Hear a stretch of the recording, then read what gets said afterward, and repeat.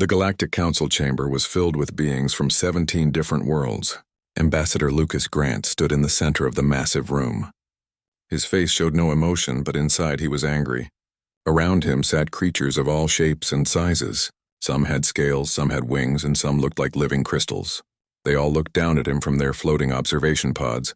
The council leader was an insect-like creature named Velthar. He clicked his mouthparts together as he spoke.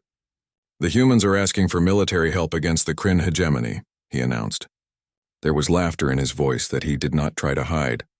Lucas kept his voice calm and steady. 23 human colonies are gone. 4 billion of our people are dead. The Kryn fleet is heading toward Earth right now. We are calling on the Treaty of Shared Defense. You all signed it 40 years ago. The chamber erupted in noise. Every alien began talking at once in their strange languages. A reptile-like being named Dramath spoke through his translator. "We signed that treaty when humanity saved the Quelon species from dying. We all agreed to help Earth if they ever needed it. But that was before we understood how dangerous it would be." Lucas looked directly at him. "Before you realized that helping us might make the Kryn angry." Velthar's many eyes glittered in the light. "The Kryn hegemony controls 40% of all known space. They have 3,000 warships. Your entire species has less than 200 ships. Most of those are just exploration vessels or trading ships. The numbers are simple."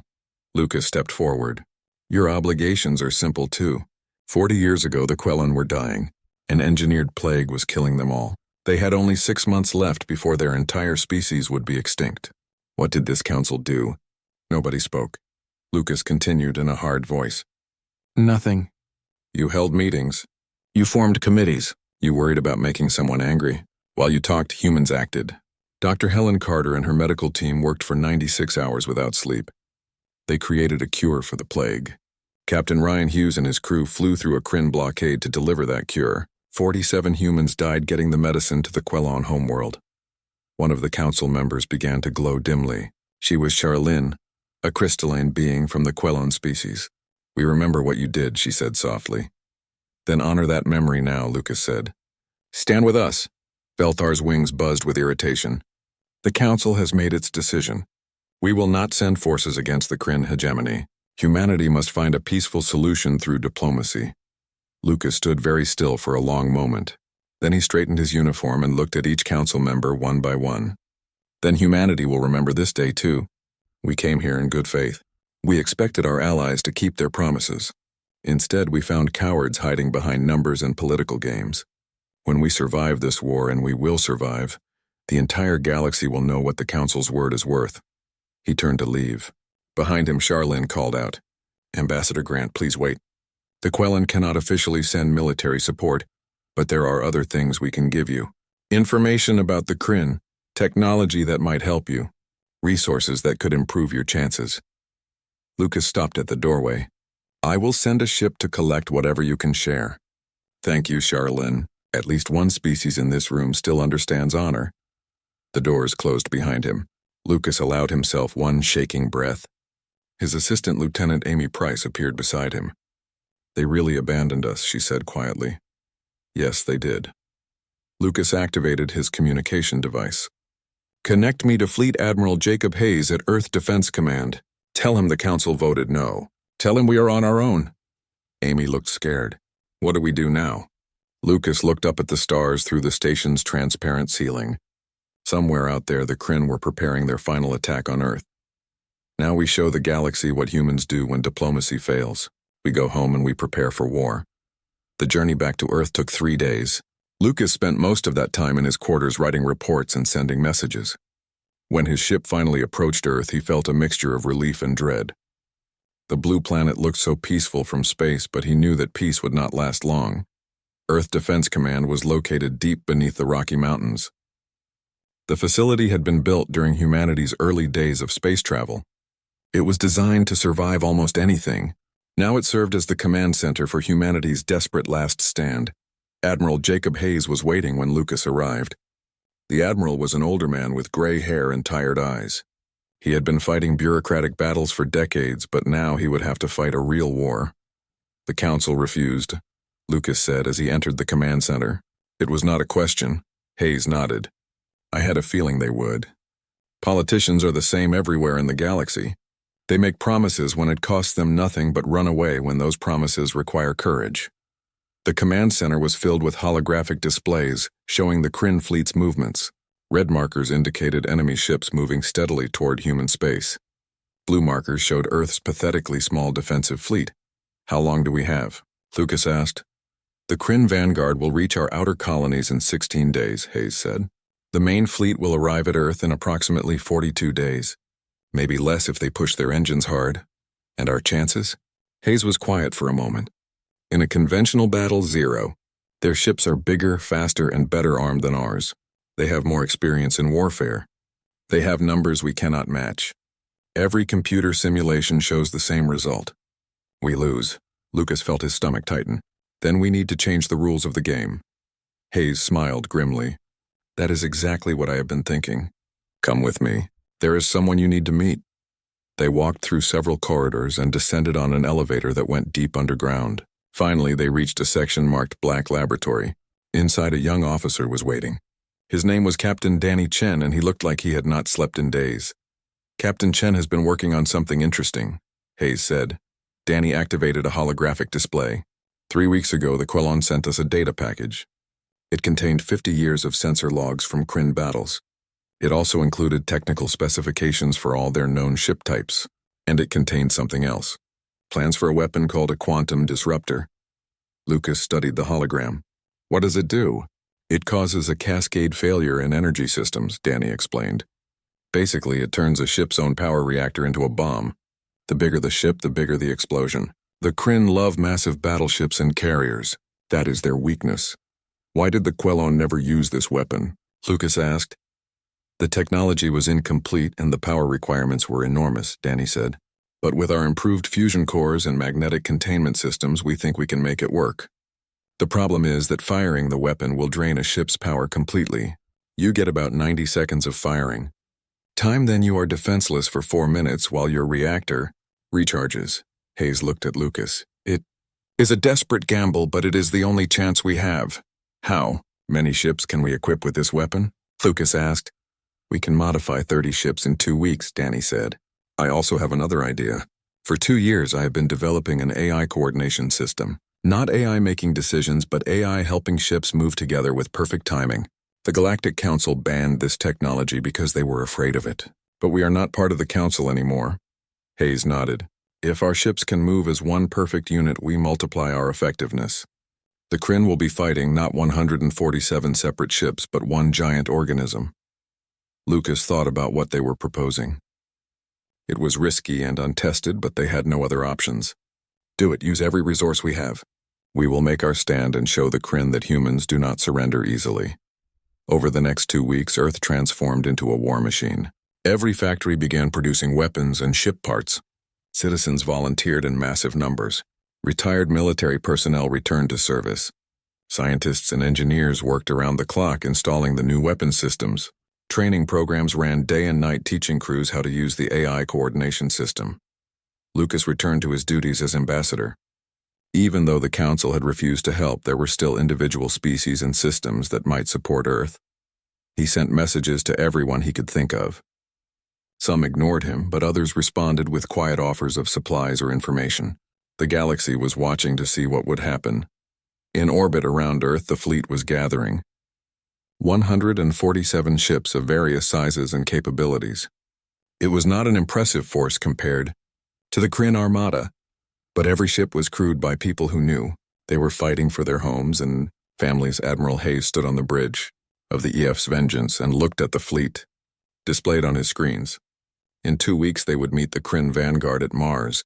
It would be humanity's first real test against the empire that had crushed so many other species. "All ships report ready for departure," Commander Lisa Morgan announced. Hayes took a deep breath. "Signal the fleet. We move to Mars and prepare defensive positions. This is where we make our stand. This is where we show the galaxy that Earth does not break." The fleet began to move, heading toward the red planet that would soon be I. The space around Mars had become a fortress in just 2 weeks. Orbital defense platforms floated in carefully planned positions with their weapons ready. Behind them waited the human fleet in tight formations. 147 ships represented everything Earth could put into space for this fight.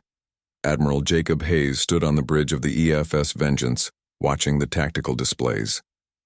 The ship was humanity's largest battleship, but it looked small compared to what was coming.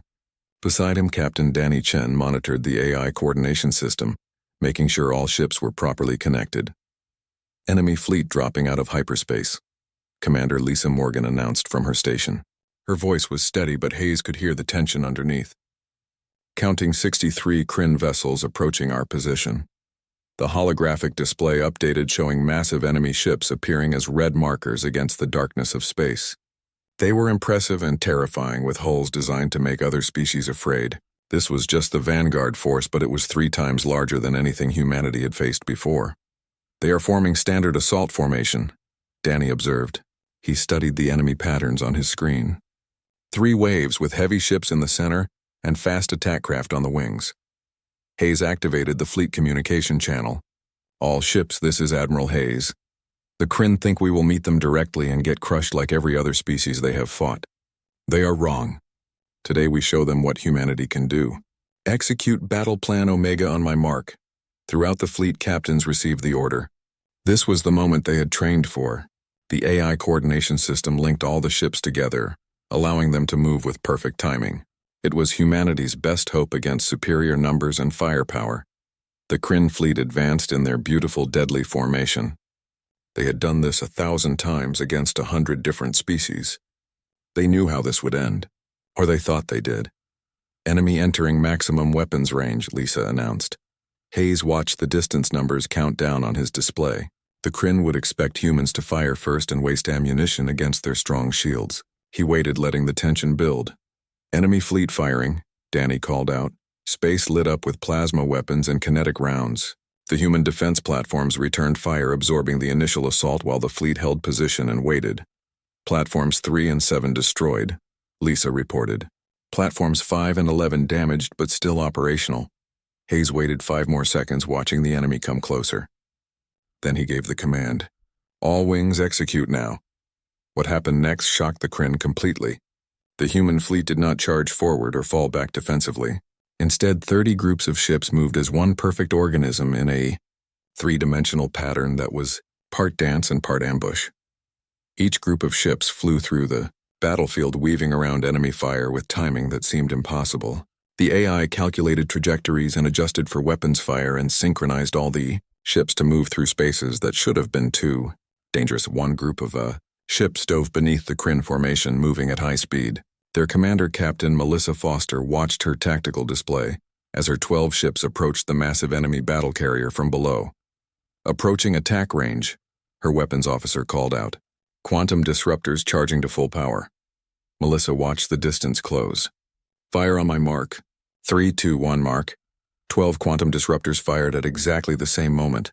Their blue-white energy beams hit the battle carrier's belly. For a second, nothing seemed to happen. Then the enemy ship's shields collapsed and its own power cores began to explode from within. The battle carrier tore itself apart in a massive chain reaction. Debris scattered across space in all directions. The perfect Kryn formation suddenly looked confused and broken. Enemy battle carrier destroyed, Danny reported from the Vengeance. He could not keep the excitement out of his voice. All strike groups reporting successful first attacks. The tactical display showed 7 red markers disappear. 7 of the Kryn's most powerful ships were gone in the first 30 seconds of the battle. The remaining enemy ships broke their tight formation and scattered, trying to engage the human groups individually.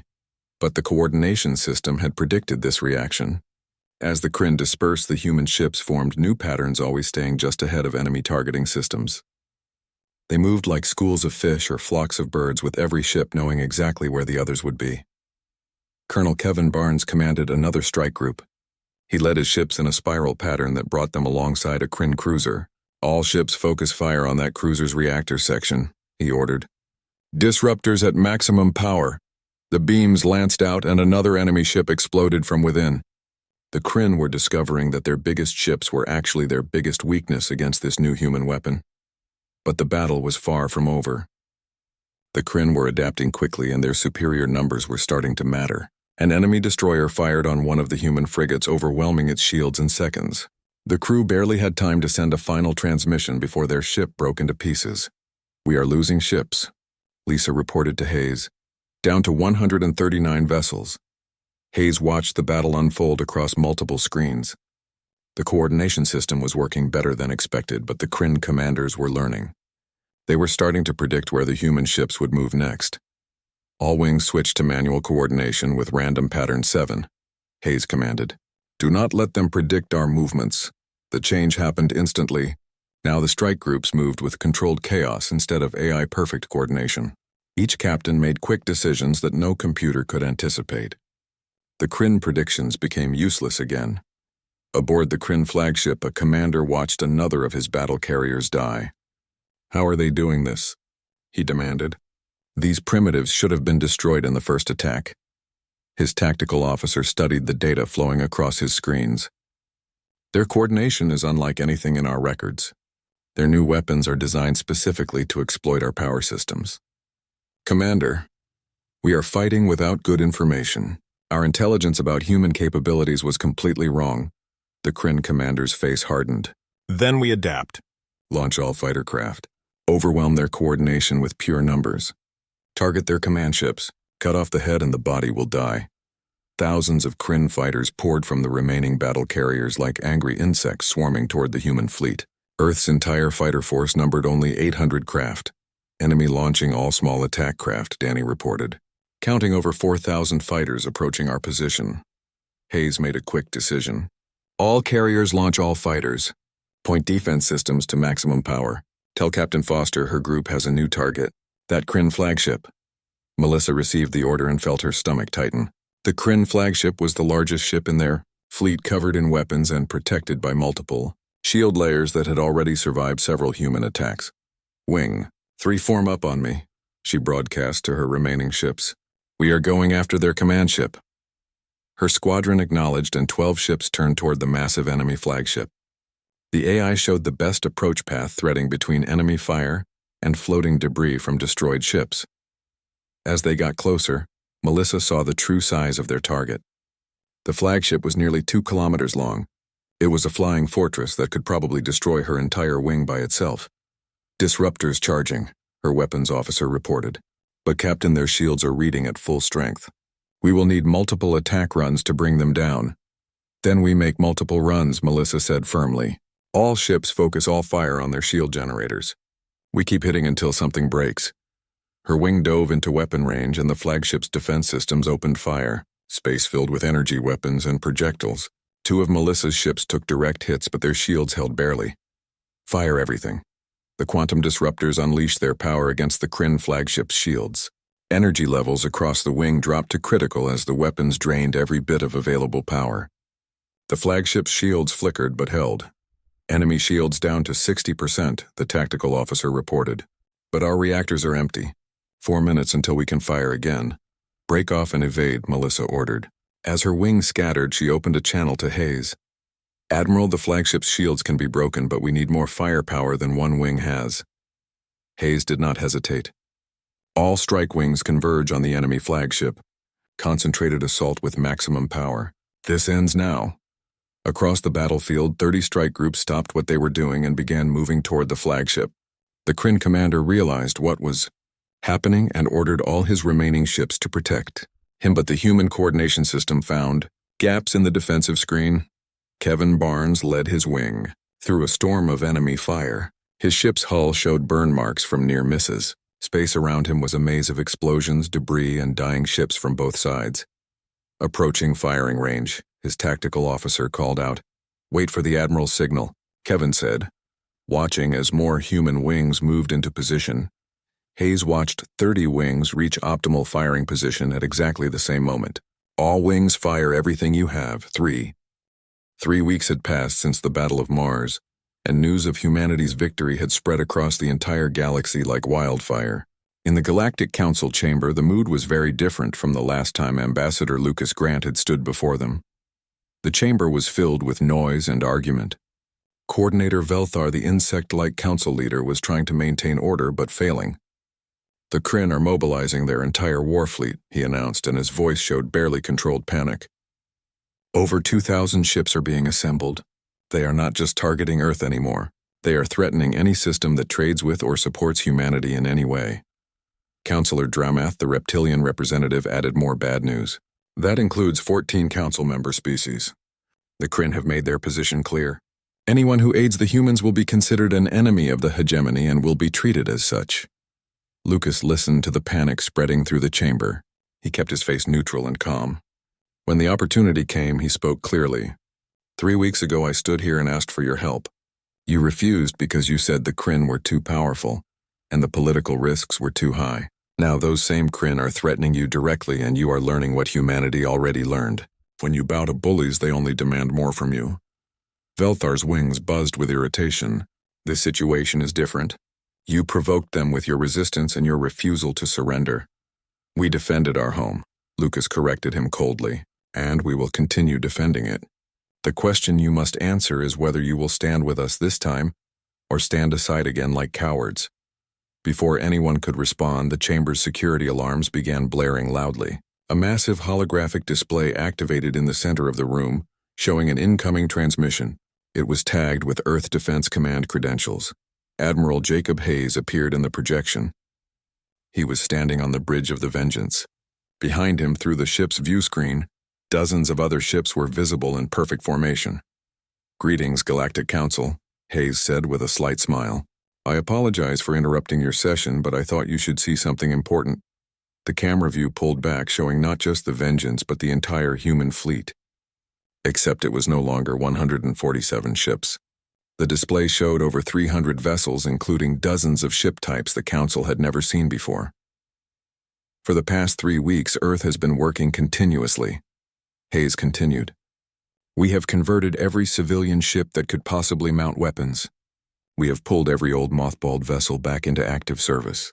We have built 37 completely new ships in our orbital yards using every shortcut and innovation our engineers could create. Most importantly, every single one of these ships is now equipped with the weapons that destroyed the Kryn Vanguard. Force. He paused to let that information sink into their minds. The Kryn main fleet is currently traveling toward Earth.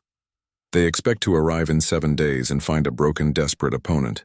Instead, they are going to find humanity at full strength, fighting not just for survival, but for the right to exist as free beings in this galaxy. Velthar's many eyes showed something that might have been fear. Admiral, surely you understand that even with your impressive mobilization, you cannot defeat 2,000 Kryn warships. The basic mathematics remain impossible in your favor. Hayes smiled, and it was not a friendly expression. You are absolutely right that we cannot fight 2,000 ships alone. That is exactly why we will not be alone. He gestured off-screen, and the view expanded to show many other vessels joining the human formation. Ships with hull markings from the Quellan Collective, the Rethian Trade Federation, and half a dozen independent systems that had never been part of the Council. Charlene, the crystalline Quellan representative, began glowing brightly in her observation pod. The Quellan people remember our debt to humanity, she announced to the chamber. We cannot officially support military action because of Council regulations. However, every Quellan ship capable of fighting has volunteered for independent merchant defense operations. It is strange how they all chose the same destination in the Sol system. Other voices joined hers from around the chamber, minor species and small systems that were too insignificant to have major Council representation, but numerous enough to matter. Each one cited ancient debts or trade relationships or simple admiration for humanity's refusal to surrender. 372 additional ships, Captain Danny Chen reported as he appeared beside Hayes in the projection. Not all of them are military-grade vessels, but every single crew has volunteered knowing the odds they face. The galaxy is discovering that humanity made many friends during our short time among the stars. Lucas watched the Council members' reactions with quiet satisfaction. Their fear was slowly being replaced by political calculation. If humanity could assemble this kind of coalition, then perhaps the Kryn hegemony was not as invincible as everyone had believed for so long. There is something else you should know, Hayes continued. We have shared the quantum disruptor technology with all our new allies. Not because we needed to, but because we chose to. Humanity believes that all free species have the right to defend themselves against tyranny and oppression. That statement caused an immediate uproar in the chamber. Velthar practically vibrated with agitation. You are distributing advanced military technology without Council approval or oversight. You are violating dozens of different treaties and regulations. Lucas stepped forward. We officially withdrew from those treaties when you refused to honor the Treaty of Shared Defense. Humanity is no longer bound by council law or regulations. We operate under our own authority now. As the council dissolved into loud arguments, a new transmission forced its way through their communication systems. The incoming message bore the official seal of the Kryn hegemony itself. Every being in the chamber fell silent. The figure that appeared was imposing and frightening even in holographic form. This was Supreme Commander Vaktar, the leader of all Kryn military forces. His 4 eyes surveyed the council chamber with obvious contempt and disgust. "Pathetic, weak creatures," he said in a voice like grinding stone. "The hegemony is fully aware of your laughable attempt to rally against us. It changes absolutely nothing. In 7 days, the human homeworld will be reduced to burning ash and rubble. Any species that aids them in any way will suffer exactly the same fate. We are the Kryn. We are inevitable and unstoppable." Hayes leaned forward in his own projection. "Supreme Commander, I am Admiral Jacob Hayes of Earth Defense Command. I wanted to personally thank you for the advance notice of your attack. It gives us valuable time to prepare a proper welcome for your fleet." Vaktar's 4 eyes focused on Hayes with intense hatred. "You are the primitive who destroyed my Vanguard fleet through trickery.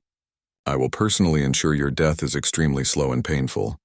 "You are welcome to try," Hayes replied calmly, "but I should warn you of something. Humanity has an old saying, never interrupt your enemy when he is making a mistake. You are making a very large mistake, Commander. You could have left us alone after losing the Vanguard. You could have sought diplomatic terms. Instead, you are bringing your entire military force to a fight we have had 3 full weeks to prepare for. Human arrogance and stupidity," Vaktar sneered. "You won a single minor battle through surprise and primitive cunning. Now you face the full assembled might of the hegemony. There will be no escape, no mercy, and no survival for your species." "Then come to Earth," Hayes said quietly but with steel in his voice. "Bring every ship you command, because we are finished running, finished negotiating, and finished begging others for help. You want to destroy humanity? You are going to have to go through every single one of us first." The transmission cut off abruptly, leaving the council chamber in complete shocked silence. Lucas turned to address all the assembled representatives. "The battle for Earth will begin in exactly 7 days. The Kryn have made their intentions perfectly clear. They will accept nothing less than the total destruction of humanity. We will accept nothing less than complete victory.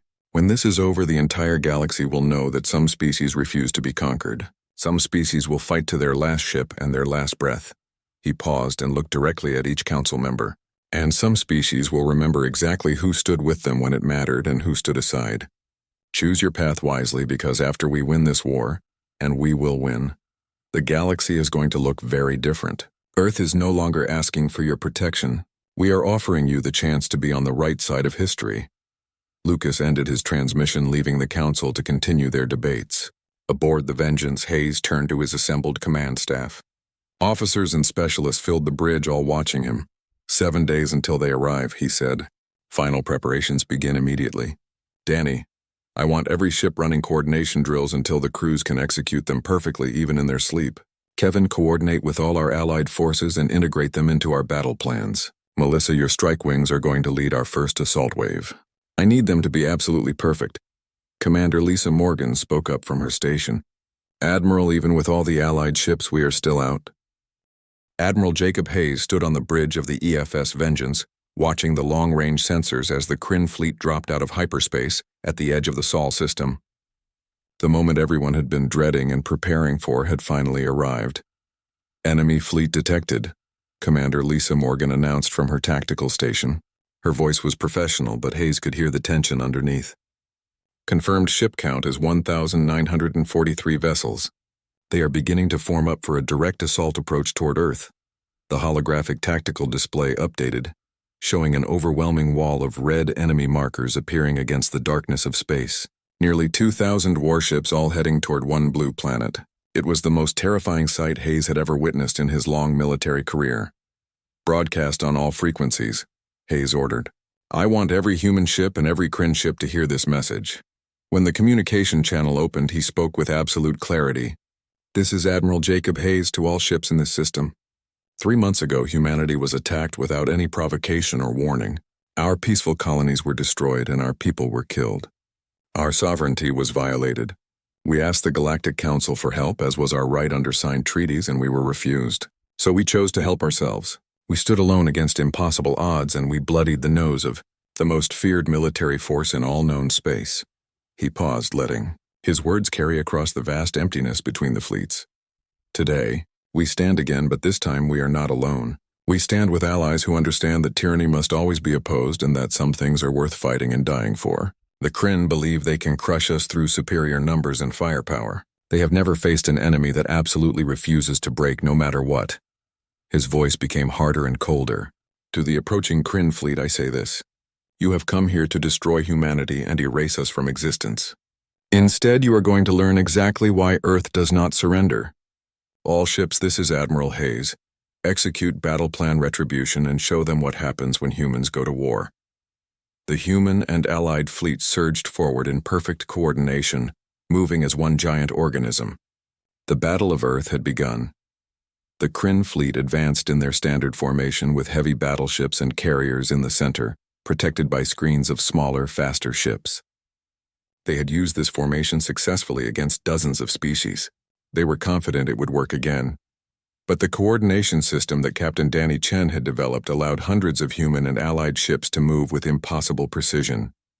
They struck in patterns the Kryn could not predict. The quantum disruptors that had been shared with all allied forces tore through Kryn vessels with devastating efficiency. Space around Earth became a nightmare of fire and destruction.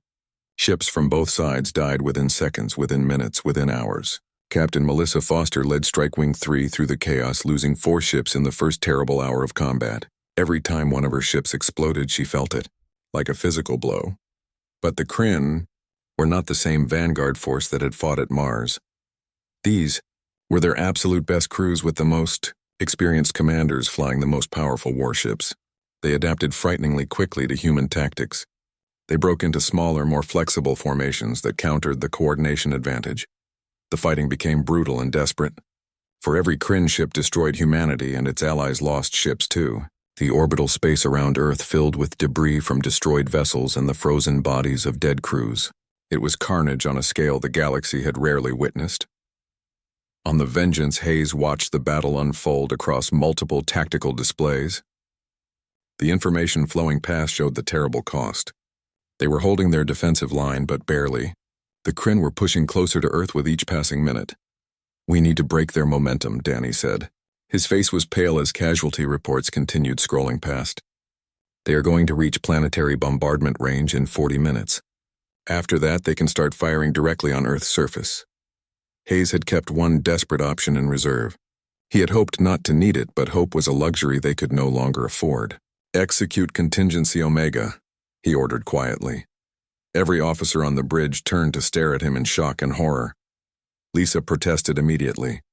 Admiral, that is every reserve ship we have. If this gambit fails, there will be nothing left to defend Earth. If it fails, there will not be anything left worth defending, Hayes replied grimly. Carry out the order now. Hidden among Earth's orbital platforms, disguised as debris and damaged civilian structures, 300 additional ships suddenly powered up. These were the oldest vessels in humanity's entire inventory. They were crewed by volunteers who knew with absolute certainty this was a one-way mission. Each ship was packed full of explosives and programmed with one simple directive. They launched as one, accelerating toward the Kryn fleet at maximum engine burn. The enemy recognized the threat but reacted too late. The suicide ships plowed directly into the Kryn formation, and 300 simultaneous explosions tore massive, devastating holes in the enemy battle lines. Enemy formation disrupted, Danny reported, and his voice was shaking. Their central command group is in complete disarray. All strike wings exploit the breach immediately, Hayes commanded.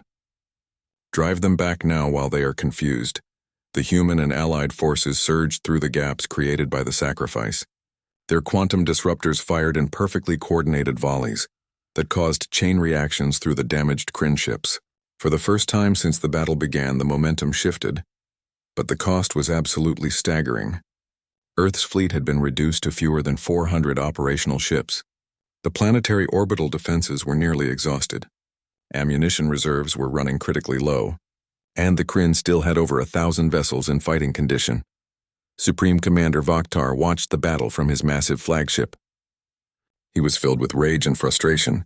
These primitive humans were supposed to have been crushed in the first assault. Instead, they were still fighting with insane desperation. He made a decision born entirely of hatred. "Ignore the enemy fleet," he ordered his tactical officers. "All ships retarget. Fire directly on the planet itself. If we cannot conquer Earth, then we will ensure nobody else can ever have it." The Kryn fleet turned its weapons toward the blue sphere hanging peacefully in space below the battle. Over 1,000 ships began charging their most powerful weapons for planetary bombardment. "They are targeting Earth directly," Lisa said with absolute horror in her voice. Multiple enemy ships charging weapons for surface strikes. Hayes felt ice flood through his veins. They had only seconds to act or billions would die. "All ships emergency intercept course. Get between the Kryn and the planet. Move now." What happened next would be remembered in human history forever. 400 ships, both human and alien, threw themselves directly into the path of the bombardment. They formed a living shield of metal and flesh between Earth and total annihilation. Ships died by the dozens as they absorbed hits meant for the planet below. Captains who had families on Earth gave their lives without hesitation. Allied crews from distant worlds sacrificed themselves for a species they had only recently met. It was heroism on a scale that defied description. On the bridge of the Retribution, Captain Melissa Foster watched her shields collapse completely under sustained enemy fire. Her ship was dying with systems failing one after another in rapid succession. "Captain, we must abandon ship immediately," her executive officer pleaded desperately. "Negative," Melissa said with absolute calm. She aimed her dying, crippled ship directly at a Kryn battle carrier and pushed the damaged engines to absolute maximum. "Emma, I'm so sorry. I love you so very much." The Retribution, with its reactor already overloading, crashed into the massive battle carrier at full speed. Both ships exploded together in a flash of light so bright it illuminated Earth's night sky like a second sun. Her sacrifice was not unique or alone. Across the entire battlefield, captains made exactly the same choice. One ship and one crew exchanged for enemy vessels and precious meters of protected space. The Kryn bombardment never reached Earth's surface, but the human fleet was utterly shattered by the cost. Hayes stood among the wreckage of his command, watching the tactical display with burning eyes. They had fewer than 90 ships remaining in operational condition. The Kryn still had hundreds of functional warships. Every simulation and calculation said the battle was lost. Then something completely unexpected happened that changed everything. The Kryn fleet stopped advancing. They held position and ceased all offensive actions. Supreme Commander Vokhtar appeared on the main communication channel. His 4 eyes showed something humans had never seen in any Kryn before. It looked like doubt or possibly respect. "Enough," Vokhtar said simply. "We are ceasing all hostilities effective immediately." Hayes stared at the transmission in complete disbelief. "What did you say?" "You have proven yourselves beyond any doubt," Vokhtar continued. His voice carried a strange tone. "The Kryn hegemony has conquered 17 different species over the past century. Every single one of them surrendered when faced with certain annihilation. Everyone chose survival over pride and principle." He paused. News of Earth's victory against the Kryn hegemony spread across the galaxy faster than anyone could have predicted. Within days, every species in known space had heard the story. The empire that had crushed 17 civilizations had been defeated by a species that refused to surrender. The Galactic Council reconvened in emergency session.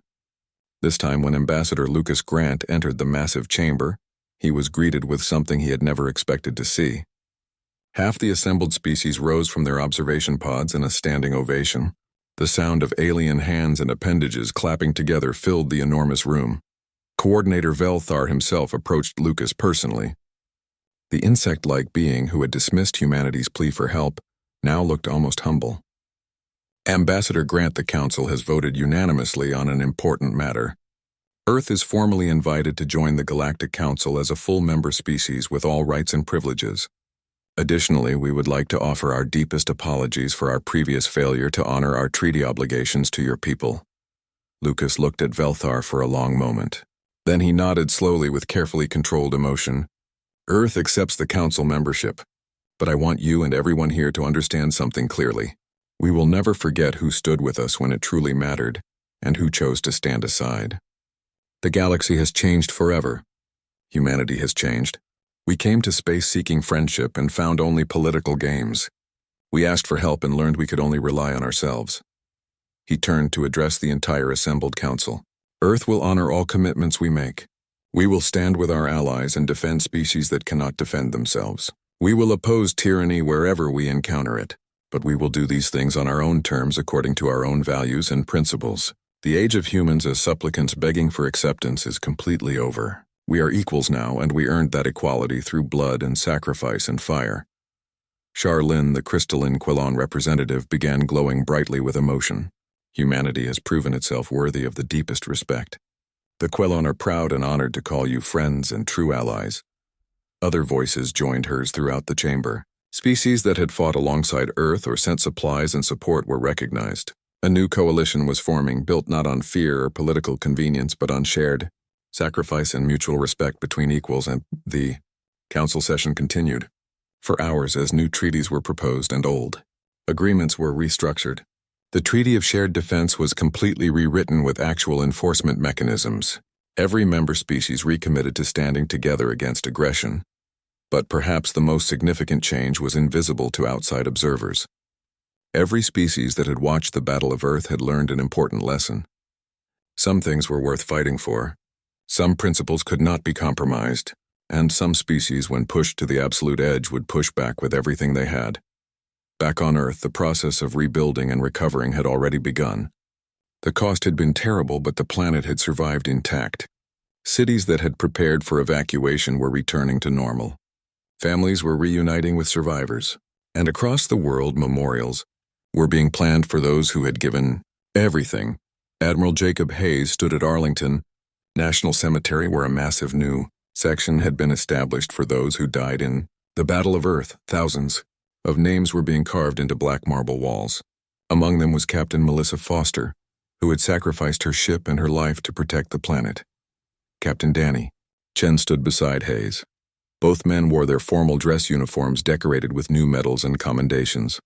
The ceremony had just ended and most of the crowd had dispersed, leaving them alone with their thoughts. "Do you think it was worth the cost?" Danny asked quietly. Hayes was silent for a very long time before answering. "Ask me that question in 100 years when humanity is spread across 1,000 new worlds, and nobody has to fear being erased for refusing to submit. Ask the generations who will grow up free because of what these people did here." He gestured at the endless rows of names carved in stone.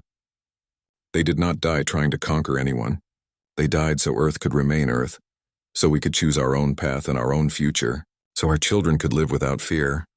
Hayes paused and then added quietly, "Yes, it was worth every terrible moment." In the weeks and months that followed, Earth began the long, difficult process of healing. But the galaxy had changed in ways that would never be reversed. The Kryn hegemony found its reputation of invincibility completely shattered. Species that had submitted out of fear now saw hope and possibility. Rebellions began breaking out across Kryn-controlled territory. Subjugated species that had accepted occupation for decades suddenly demanded their freedom. The hegemony that had seemed unstoppable was now fighting defensive wars on a dozen fronts simultaneously. Supreme Commander Vaktar found himself in an impossible position. The defeat at Earth had cost him political support among the Kryn leadership. Voices were calling for his removal and replacement. In a private transmission to Admiral Hayes, he made an unexpected proposal. "The hegemony is changing whether we want it to or not," Vaktar admitted. "Your victory proved that our old methods no longer work in this new galaxy. I am proposing a formal peace treaty between the Kryn and humanity. Not just a ceasefire, but actual diplomatic relations and potential cooperation." Hayes was surprised but intrigued. "What changed your mind?"